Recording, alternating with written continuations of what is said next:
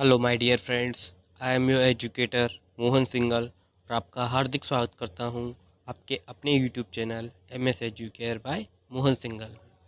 आज की ये वीडियो आपके लिए साइंस की है, जिसमें मैं क्लास 10th की आपको साइंस कराऊंगा। साइंस का सेकंड चैप्टर आपका जो कि दिया हुआ है एसिड्स, बेसिस एंड सॉल्ट्स। तो यहाँ मैं आपको इस वीडियो में एसिड के बारे में और बेस के बारे में बताऊंगा और सॉल्ट्स के बारे में। इनकी मैं जनरल नॉलेज आपको दूंगा। एसिड्स की प्रॉपर्टीज़ बताऊंगा, बेस की प्रॉपर्टीज़ बताऊंगा, आखिर एसिड और बेस क्या होते हैं। इन प्रॉपर्टीज़ के बाद आप एसिड और बेस के बारे में जान जाएंगे और उनकी प्रॉपर्टीज़ के आधार पर उनमें आप डिफरेंस भी कर सकेंगे। इस वीडियो को एंड तक देखिएगा, ये वीडियो आपके लिए बहुत यूज़फुल होने वाली है। इस वीडियो को देखते ही आप समझ जाएंगे, इस वीडियो के पूरे अंत तक जाते जाते आप समझ जाएंगे कि किस तरीके से आप एसिड और बेस को समझ सकते हैं और सेकंड चैप्टर कर सकते हैं। चलिए वीडियो को आगे स्टार्ट करते हैं। सबसे पहले मैं इसमें आपको अपने बनाए हुए नोट्स के माध्यम से इसमें बता रहा हूँ मैं आपको कि किस तरीके से एसिड्स होते हैं या उनकी किस तरीके से उनकी प्रॉपर्टीज़ होती हैं। तो पहले अगर मैं बात करूं एसिड की, जो आपको प्रॉपर्टीज़ दी हुई हैं, एसिड की जो आपको प्रॉपर्टीज़ दी हुई हैं वो है, फर्स्ट प्रॉपर्टी लिखी हुई है produce hydrogen ion in water H2O। यानी H2O में ये हाइड्रोजन आयन प्रोड्यूस करता है, H प्लस आयन देता है। याद रखिएगा, एसिडिक बिहेवियर वो तभी शो करेगा जब वो वाटर में लिया होगा, आपने एक्वा सॉल्यूशन में लिया होगा। क्या होगा अगर आप ड्राई एसिड लेंगे तो वो एसिडिक नेचर को या एसिडिक बिहेवियर को शो नहीं करेगा। तो इसलिए याद रखिएगा, एसिडिक बिहेवियर किसी भी कंपाउंड का एसिडिक बिहेवियर कब शो होगा, जब आप उसे एक्वा सॉल्यूशन लेंगे उसका, यानी वाटर में सॉल्यूशन लेंगे, राइट। सेकंड प्रॉपर्टी की बात करें हम इसकी, तो वो है साउर टेस्ट। यानी आपने देखा होगा कि जनरली हम जो फल खाते हैं, फ्रूट्स खाते हैं, वो हमें खट्टे लगते हैं। तो जनरली जो फ्रूट्स होते हैं उनमें एसिड होता है। कर्ड, दही की बात करें हम, तो दही भी या योगर्ट की बात करें हम, तो वो भी कैसा होता है, खट्टा होता है। तो वो भी क्या होगा, एसिड। यानी जितने भी सब्सटेंस जनरली खाने में हमें खट्टे लगते हैं, साउर टेस्ट होता है उनका, वो क्या होते हैं, एसिड। लेकिन याद रखिएगा, ये टेस्ट बताया है हमने जिन एसिड्स को हम खा सकते हैं, जो हमारे लिए हार्मफुल नहीं होते हैं, वो हैं ये। लेकिन हम हर एसिड का टेस्ट नहीं बता सकते।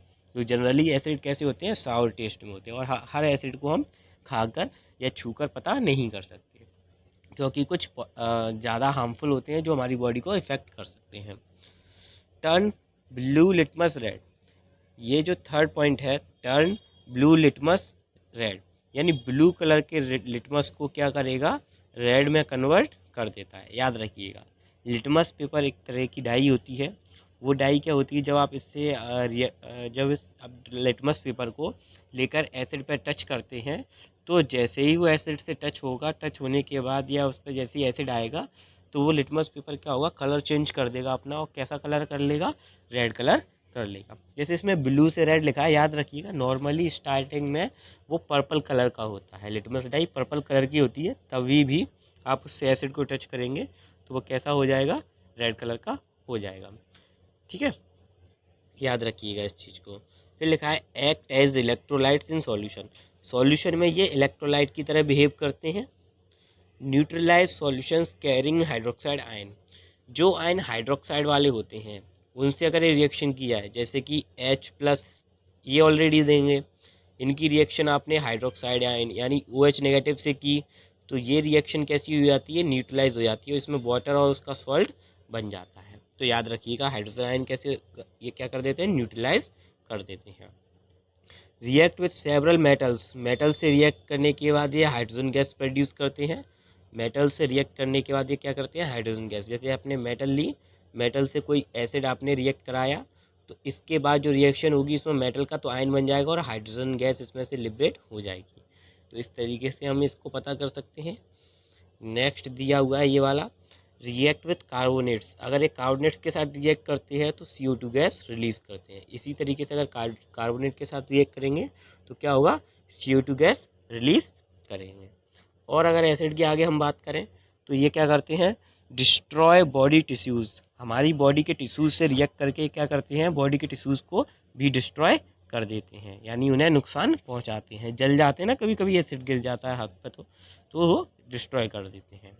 कॉरोइड मेटल सरफेस क्विकली, ये क्या करते हैं, मेटल की सरफेस को क्विकली कॉरोड करते हैं। क्विकली मतलब बहुत जल्दी, यानी अगर किसी मेटल की सरफेस पे एसिड लग जाए तो वो मेटल बहुत जल्दी कॉरोड होगी। कॉरोड का मतलब होता है क्षरण होना उसका, यानी सड़ना, खराब होना। तो मेटल पे जंग लगने लगेगी, यानी वो मेटल खराब होने लगेगी, राइट।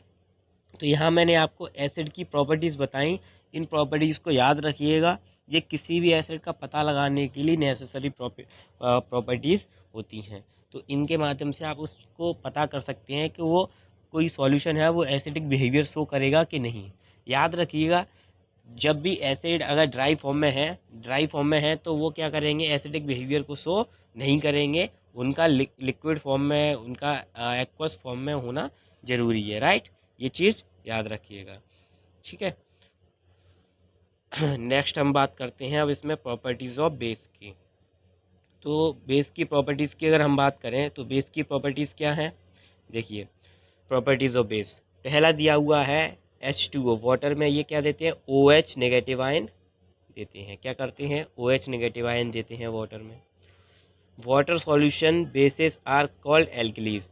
और वाटर सॉल्यूशन, इन वाटर में सॉल्यूबल होने के बाद इनका जो सॉल्यूशन होता है वो क्या कहलाता है, एल्कलीज। ये नाम याद रखिएगा, इनका स्पेसिफिक नेम होता है, उसे एल्कलीज कहा जाता है, राइट। टेस्ट में जैसे एसिड कैसे होते थे साउर, तो टेस्ट में ये कैसे होते हैं, बिटर होते हैं। तो इस तरीके से आप डिफरेंस लगा सकते हैं, पता कर सकते हैं। देखो, एसिड वाटर में प्रोड्यूस क्या करते थे, H+ आयन। बेस क्या करते हैं, OH नेगेटिव आयन। ये टेस्ट में कैसे होते हैं, बिटर। और एसिड कैसे होते थे, साउर, ठीक है। Turn red litmus into blue. Base है ये, बेस क्या करेंगे, रेड लिटमस को ब्लू में कन्वर्ट करेंगे।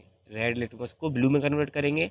और जबकि एसिड क्या करते थे, ब्लू को रेड में करते थे, ठीक है। डिफरेंसेस भी आपको मालूम होते जा रहे हैं अगर कोई डिफरेंसेस पूछ ले तो आपसे। Act as electrolytes in solution, ये तो सेम है उसी की तरह, ये भी इलेक्ट्रोलाइट का ही जो है फंक्शन शो करते हैं। फिर neutralize solutions containing H+ ion, वो क्या करते थे, OH कंटेनिंग जो भी सॉल्यूशन था उसके साथ मिलकर उसको न्यूट्रलाइज करते थे। और ये H कंटेनिंग सॉल्यूशन होगा उसको न्यूट्रलाइज कर देंगे, राइट। हैविंग अ स्लिपरी सोपी फील, यानी इनको टच करने पर सोपी या स्लिपरी फील होता है, यानी फिसलन जैसी। यानी आप ये कह सकते हैं जितने भी सोप होते हैं वो कैसे होते हैं, जनरली बेस होते हैं। डिज़ोल्व फैटी मटेरियल, और इसमें जो भी फैटी मटेरियल्स होते हैं वो डिज़ोल्व हो जाते हैं। फैटी मटेरियल मतलब कि जिनमें अभी ऑयल, घी ऐसी चीज़ें होंगी, तो उन चीज़ों को घोलने के लिए हम बेस का उपयोग करते हैं, यानी बेस में वो आसानी से और कम्प्लीटली घुल जाते हैं, राइट। तो मैंने आपको यहाँ पे properties of base, properties of acid दोनों बताया। आई होप आपको ये दोनों समझ में आ गए होंगे और दोनों में आप डिफरेंस आसानी से पता कर सकते हैं। जैसे मैं आपको मेन डिफरेंस बताऊं, तो जो एसिड है, अगर आप एसिड के मेन डिफरेंस की बात करें, जैसे कि यहाँ आपने एसिड लिख लिया, यहाँ बेस लिख लिया, आप अपने जैसे अगर शॉर्ट नोट्स बना रहे हैं तो क्या कर सकते हैं, एसिड का जो होता है साउर टेस्ट होता है, राइट। बेस का कैसा टेस्ट होता है, बिटर। ये कैसे आयन देते हैं, H+ आयन। ये कैसे आयन देते हैं, OH नेगेटिव आयन। तो इस तरीके से आप इनमें पता कर सकते हैं, राइट।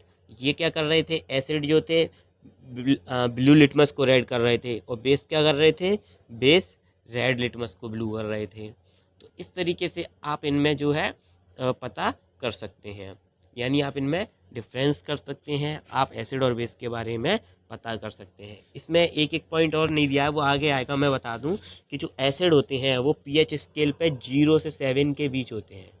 एसिड 0 से 7 के बीच होते हैं pH स्केल पे, और जबकि बेस आपके क्या होते हैं, 7 से 14 के बीच होते हैं, 7 से 14 के बीच होते हैं, ठीक है। और 7 पे क्या होगा, 7 पे न्यूट्रल हो जाएगा, 7 पे न्यूट्रल हो जाएगा, राइट। तो ये मैंने आपको यहाँ एसिड और बेस की जनरल प्रॉपर्टीज़ बता दी, उनके बारे में डिफरेंसेस भी बता दिए। आई होप आपको समझ में आ गया होगा। वीडियो को थोड़ा और आगे बढ़ा लेते हैं, इसमें मैं आपको बेसिस के बारे में और एसिड्स के बारे में बता देता हूँ कि क्या स्ट्रॉन्ग एसिड और क्या स्ट्रॉन्ग बेस आपके होने चाहिए। देखिए आगे लिखा हुआ है इसमें आपका, on the basis of their strength acids are classified as. Acids को दो कैटेगरी में क्लासीफाई किया गया है, एक तो स्ट्रॉन्ग एसिड की कैटेगरी में और वीक एसिड की कैटेगरी में। अब स्ट्रॉन्ग एसिड और वीक एसिड क्या होता है, देखिए।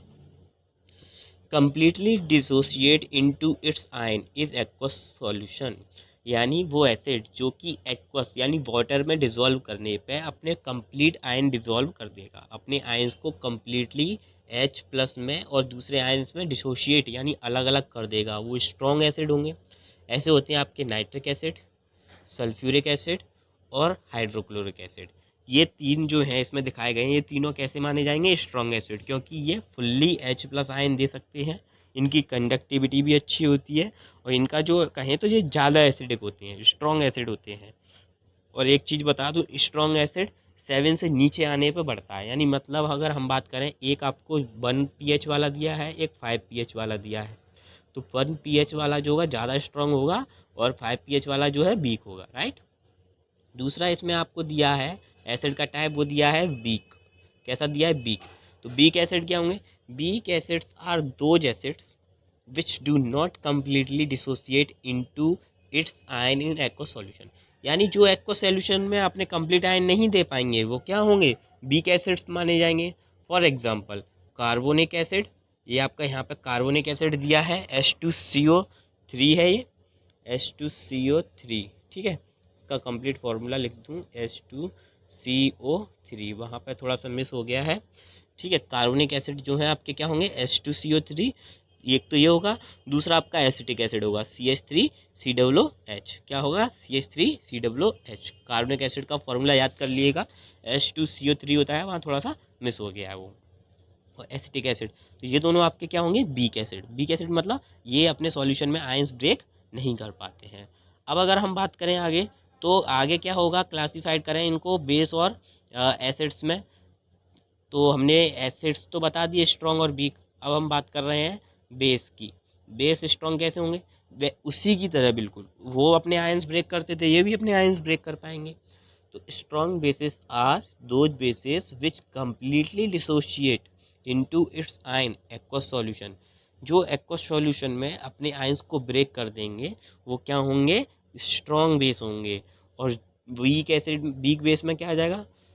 Week bases are which not completely dissociate its ion in aqueous solution. और जो एक्वस सॉल्यूशन में अपने आयंस को ब्रेक नहीं कर पाएंगे, डिसोशिएट नहीं कर पाएंगे, वो कैसे होंगे? वीक बेस होंगे। तो स्ट्रॉन्ग मतलब जो कंप्लीटली डिसॉल्व करते वाटर के साथ अपने आयन को अलग अलग करते, वो स्ट्रॉन्ग हो जाएंगे। और वीक मतलब तो डिसोशिएट ना करे, अलग अलग ना करे। जैसे स्ट्रॉन्ग बेस के एग्जांपल देखें तो NaOH सोडियम हाइड्रोक्साइड और पोटेशियम हाइड्रोक्साइड, ये दो होंगे। और अगर हम वीक बेस का एग्जांपल देखें तो क्या हो जाएगा? अमोनियम हाइड्रोक्साइड NaHO4 हो जाएगा, NH4OH हो जाएगा, NH4OH हो जाएगा। तो इस तरीके से मैंने इस वीडियो में आपको क्या बताया? एक तो आपको मैंने एसिड्स की जानकारी दी कि एसिड्स क्या हो सकते हैं, एक मैंने बेस के बारे में बताया आपको बेस क्या हो सकते हैं, एक मैंने यहाँ पे आपको उनकी स्ट्रेंथ के बारे में बता दिया कि स्ट्रॉन्ग एसिड वीक एसिड हो सकते हैं और स्ट्रॉन्ग बेस और वीक बेस हो सकते हैं। स्ट्रॉन्ग दोनों की कैटेगरी में अगर स्ट्रॉन्ग देखें तो जो अपने आयंस को डिसॉल्व कर देंगे, डिसोशिएट कर देंगे, वो स्ट्रॉन्ग माने जाएंगे। और जो डिसोशिएट नहीं करेंगे वो क्या माने जाएंगे? वीक माने जाएंगे। तो इस तरीके से यहाँ पे मैंने आपको ये कॉमन नॉलेज इसके बारे में दे दी। आप इस वीडियो को देखिएगा, अपने नोट्स प्रिपेयर कीजिएगा और आप इनको बेहतर तरीके से समझने का प्रयास कीजिएगा। आगे के कुछ और जानकारी के साथ मिलेंगे इसमें, जो भी आपकी पीएच स्केल है उसके बारे में, प्रॉपर्टीज़ ऑफ सॉल्ट्स के बारे में, कॉमन जो भी इसमें कुछ फार्मूलाज होंगे उनके बारे में, या केमिकल प्रॉपर्टीज़ ऑफ एसिड्स की कहें उसके बारे में। तो इन सब की जानकारी इसके साथ अगली वीडियो में आएंगे। चैप्टर 2 का और भी पार्ट लेकर आएंगे। तब तक के लिए थैंक यू।